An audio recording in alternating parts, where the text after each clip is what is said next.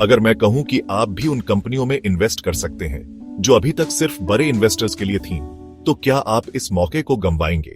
नमस्कार दोस्तों, आज हम जिस टॉपिक पर बात करने जा रहे हैं वो फाइनेंस की दुनिया का सबसे बड़ा और पावरफुल टॉपिक है, आईपीओ यानी इनिशियल पब्लिक ऑफरिंग। ये वही तरीका है जिससे कंपनियां अरबों खरबों कमाती हैं, और अगर आप इसे सही से समझ लें तो आप भी इसमें इन्वेस्ट करके पैसा कमा सकते हैं। लेकिन सावधान, आईपीओ में पैसा बनाना उतना आसान नहीं जितना दिखता है। इस वीडियो को अंत तक देखें क्योंकि हम आपको ए से जी तक हर डिटेल देने वाले हैं। अब सबसे पहले जानते हैं कि आईपीओ आखिर होता क्या है।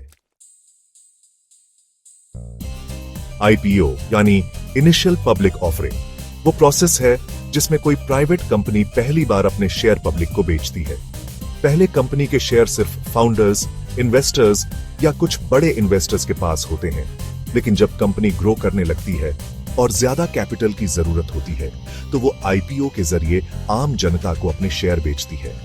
एग्जाम्पल, पेटीएम, जोमैटो, एलआईसी और नाइका जैसी कंपनियों ने जब आईपीओ लाया तो उन्होंने पहली बार अपने शेयर आम जनता को बेचे। लेकिन क्या आईपीओ में पैसा लगाना हमेशा फायदेमंद होता है? बिल्कुल नहीं। कई बार आईपीओ के बाद कंपनियों के शेयर गिर भी जाते हैं। अब जानते हैं आईपीओ का पूरा प्रोसेस क्या होता है। आईपीओ लाने के लिए एक कंपनी को कई स्टेप्स से गुजरना पड़ता है। चलिए इसे आसान भाषा में समझते हैं। 1. कंपनी आईपीओ लाने का फैसला करती है। जब किसी कंपनी को एक्स्ट्रा फंड चाहिए होता है तो वो प्राइवेट इन्वेस्टर्स से पैसे लेने के बजाय पब्लिक को अपने शेयर बेचने का प्लान बनाती है। 2. एसईबीआई से अप्रूवल लेना। SEBI, securities and exchange board of India, एक सरकारी बॉडी है जो आईपीओ को रेगुलेट करती है। कोई भी कंपनी बिना एसईबीआई की परमिशन के आईपीओ नहीं ला सकती। 3. इन्वेस्टमेंट बैंक और अंडरराइटर्स हायर करना। आईपीओ के लिए कंपनी इन्वेस्टमेंट बैंक या अंडरराइटर्स को हायर करती है जो तय करते हैं कि शेयर की कीमत कितनी होगी और इसे मार्केट में कैसे बेचा जाएगा। 4. Draft red herring prospectus DRHP तैयार करना। DRHP एक डॉक्यूमेंट होता है जिसमें कंपनी की फाइनेंशियल डिटेल्स, उसके प्लान्स और रिस्क फैक्टर्स लिखे होते हैं। इन्वेस्टर्स इसे पढ़कर डिसाइड करते हैं कि उन्हें इन्वेस्ट करना चाहिए या नहीं। 5. प्राइस बैंड तय करना। आईपीओ में शेयर की एक फिक्स प्राइस या प्राइस बैंड होता है। उदाहरण के लिए, अगर जोमैटो ने अपने आईपीओ का प्राइस बैंड 72 से 76 रुपया रखा तो इन्वेस्टर्स इसी रेंज में शेयर खरीद सकते थे। 6. आईपीओ खुलना, बिडिंग प्रोसेस। जब आईपीओ खुलता है तो इन्वेस्टर्स अपने डिमैट अकाउंट से इसमें बिड लगा सकते हैं। अगर डिमांड ज्यादा होती है तो शेयर की कीमत बढ़ जाती है। 7. शेयर का अलॉटमेंट और लिस्टिंग। अगर आपकी बोली स्वीकार हो जाती है तो आपको शेयर अलॉट हो जाते हैं। इसके बाद कंपनी का share stock exchange NSE, BSE पर लिस्ट हो जाता है और आप इसे ट्रेड कर सकते हैं। आईपीओ में पैसा लगाने के लिए आपके पास डिमैट अकाउंट और बैंक अकाउंट होना चाहिए। Steps to apply for an IPO. 1.